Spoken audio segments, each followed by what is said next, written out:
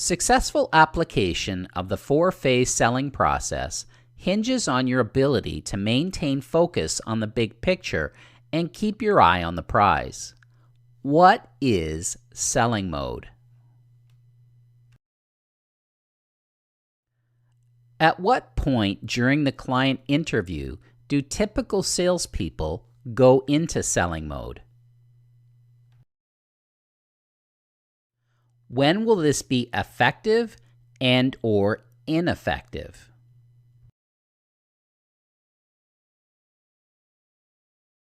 Why should they avoid selling mode at this point of the interview? What should they do instead? Selling mode.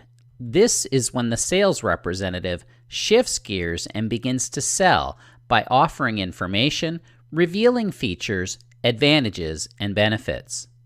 They stop asking questions, learning about and from the client, and begin telling and actively selling.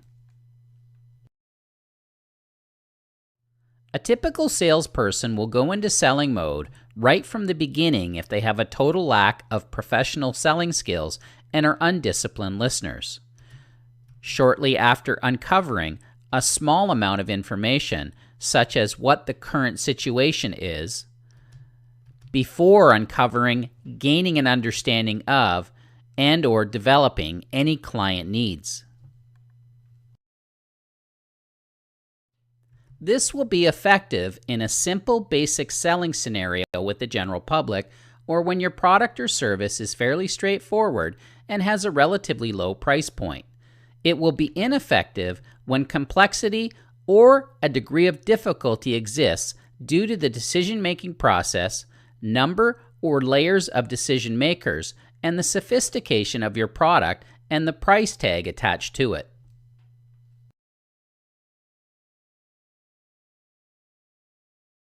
They should avoid selling mode at this point of the interview because the individual that you are meeting with will clam up and shut down because they will feel that any additional ammunition that they provide will only result in a further onslaught or attack. More information is required in order to strengthen the needs and simplify your ability to build value in the solution. Instead, continue to ask additional questions and follow the phases or 4 steps of the questioning strategy in order to successfully achieve their needs assessment goals.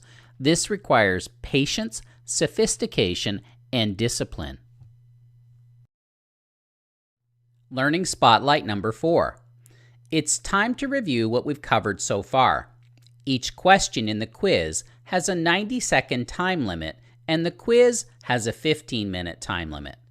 You cannot pause the quiz once you begin. The quiz includes many types of questions, including true or false, drag and drop, multiple answers, etc. Read the questions carefully and make sure you understand what is being asked before submitting your response. Many of the questions or variations of them will be included in the final exam. You will be graded, and the passing grade for the quiz is 70%.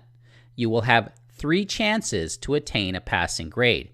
If you fail to attain a passing grade after 3 attempts, you will be locked out of the course.